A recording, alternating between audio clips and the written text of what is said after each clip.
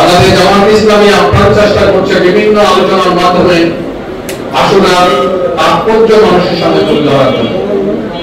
অপরদিকে যে আশুরাকে কেন্দ্র করে যে অনাচার হয়, যে বেদাতি কার্যক্রম হয়, এটাও বাংলাদেশের বহু লোক প্রমাণ করতেছে। আপনাকে আমার সাথে একমত কিনা? এই জন্য আমরা যারা ইসলামী আন্দোলন করি, আমরা প্রকৃত আশুরা মানুষের সামনে সঠিকভাবে উপস্থাপন করার চেষ্টা করবেন ইনশাআল্লাহ।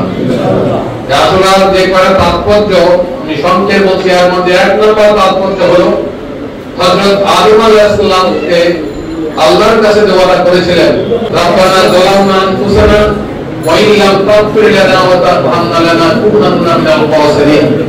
আল্লাহ তাআলা এই দোয়া কবুল করেছিলেন। আল্লাহ তাআলা এই দোয়া কবুল করেছিলেন। এই আশুরার দিনের আরেকটি বড় তাৎপর্য হলো যে মুসা আলাইহিস সালামকে আল্লাহ তাআলা ফেরাউনের কবল থেকে রক্ষা করেছিলেন। কিভাবে রক্ষা করেছিলেন? তিনি যখন মিশর ত্যাগ করছেন, ফিলিস্তিনের দিকে চলে যাবেন, তখন সমুদ্রের পাড়ে দাঁড়িয়ে ওনার সাহাবীরা, ওনার সঙ্গী সাথীরা বলেছিল, আমরা ধরা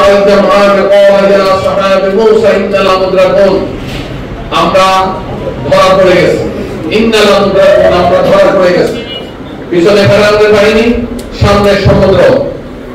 মুসা আলাইহিস সালাম বলছিলেন, ক্বালা কাল্লা রাব্বি মাইয়া শাহিদিন, অসম্ভব, আমার মুনিব আমার সাথে আছে, আমাকে পথ দেখাবে। সেই দিন পথ দেখে, ওই আশুরার দিন পথ দেখে মুসা আলাইহিস সালামকে আল্লাহ তাআলা উদ্ধার করেছেন এবং ফেরাউনকে সমুদ্রের মাঝে ডুবিয়ে কালের ইতিহাস সাক্ষী বানিয়ে কিয়ামত পর্যন্ত তিনি সুটকি বানিয়ে রেখে দিয়েছেন। সুতরাং এগুলো আমাদের খেয়াল করতে হবে, বুঝতে হবে। আর অনেক কাহিনী আছে। হযরত ইউনূস আলাইহিস সালামকে মাছের পেট থেকে আল্লাহ তাআলা উদ্ধার করেছেন, এই কাহিনীটা আশুরা ছিল। আর কারবালার প্রান্তরে যে আশুরা ছিল, সে আশুরার আলোচনা সঠিকভাবে উপস্থাপন হচ্ছে না। এটা ছিল সত্য মিথ্যার একটা মানদণ্ড ছিল, সত্য এবং মিথ্যার একটা মানদণ্ড ছিল।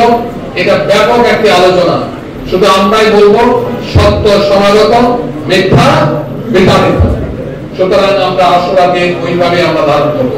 এই যে বাংলাদেশ আজকে আমরা এই আলোচনা করছি, আমাদেরকে একটা বিষয় আমাদের একজন আলোচক চমৎকার উপস্থাপন করেছেন।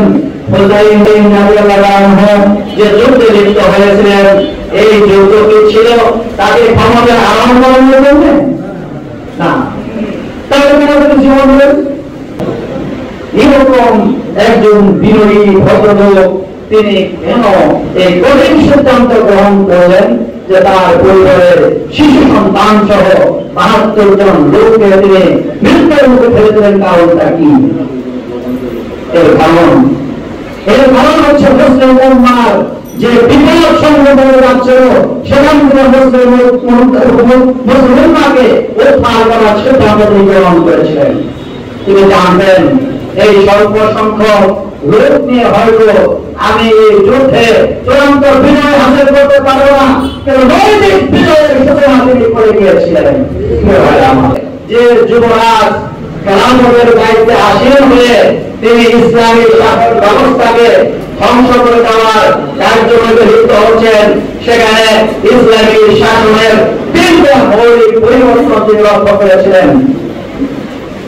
১ নম্বর পরিবর্তন হলো উদ্দেশ্যের পরিবর্তন। যে উদ্দেশ্য নিয়ে প্রিয় নবী মুহাম্মদ রাসূলুল্লাহ সাল্লাল্লাহু আলাইহি ওয়াসাল্লাম এই মহা প্রতিষ্ঠা করেছিলেন, ইসলামী শাসন ব্যবস্থা কায়েম করেছিলেন, ইসলামী রাষ্ট্র তৈরি করেছিলেন, সেই উদ্দেশ্যের পরিবর্তন হয়ে যাচ্ছে।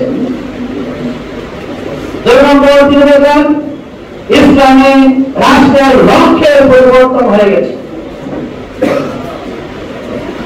এরপরে তিনি দেখলেন ইসলামী রাষ্ট্রের প্রাণ শক্তির পরিবর্তন হয়ে যাচ্ছে।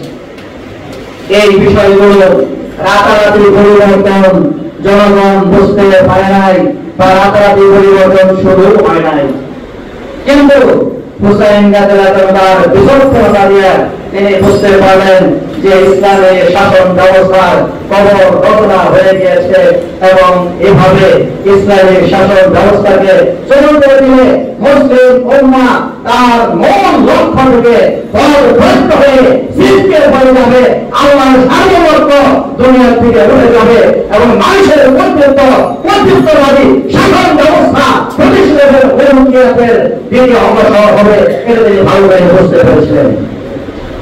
আমরা যদি রাসূলের যে হাদিসটা আমরা শ্রবণ করি, আল্লাহ রাসূলকে বলা হয়েছিল, ইয়া রাসূলুল্লাহ, এই ইসলামের সামনের দিনগুলো কেমন হবে? তিনি বললেন, আমি যে নবুয়ত প্রতিষ্ঠা করেছি, এই নবুয়তের পরে আমার ওফাতের পরে খেলাফত কায়েম হবে, খেলাফতের পরে আসবে হচ্ছে মুলকিয়াত, মুলকিয়াতের পরে আসবে জুলুমবন্ধ, এরকম আমার আরেকটি শাসন ব্যবস্থা কায়েম হবে, তার নাম হবে খেলাফতে আলা মিন হাযিহিন নবুয়ত, খেলাফতের আদরের একটি ব্যবস্থা। সেই ব্যবস্থাকে তিনি কায়েম করার জন্য সূচনা করে দিয়েছিলেন। সেই সূচনার পর ধরে এই মহাদেশে বাংলাদেশ জামাত ইসলামী কাজ করে যাচ্ছে। এই জন্য জামাত ইসলামী এবং ইসলামের ছাত্র শিবিরকে জনগণের কাছে ভিন্নভাবে চিন্তায়িত করে দেওয়ার জন্য ওই এজিম গোষ্ঠীর অনুসারীরা বিভিন্ন সময় ভূমিকা পালন করেছে। সম্মানিত ভাইরা, তিনি এই তিনটা বিষয়কে ভালো করে বোঝার কারণে এই রাষ্ট্রের বিরুদ্ধে যুদ্ধ ঘোষণা করে জনগণকে উদ্ধার শুরু নয়, ইসলামী খেলাফত পুনরুদ্ধারের জন্য তিনি শাহাদাতের সিদ্ধান্ত গ্রহণ করলেন।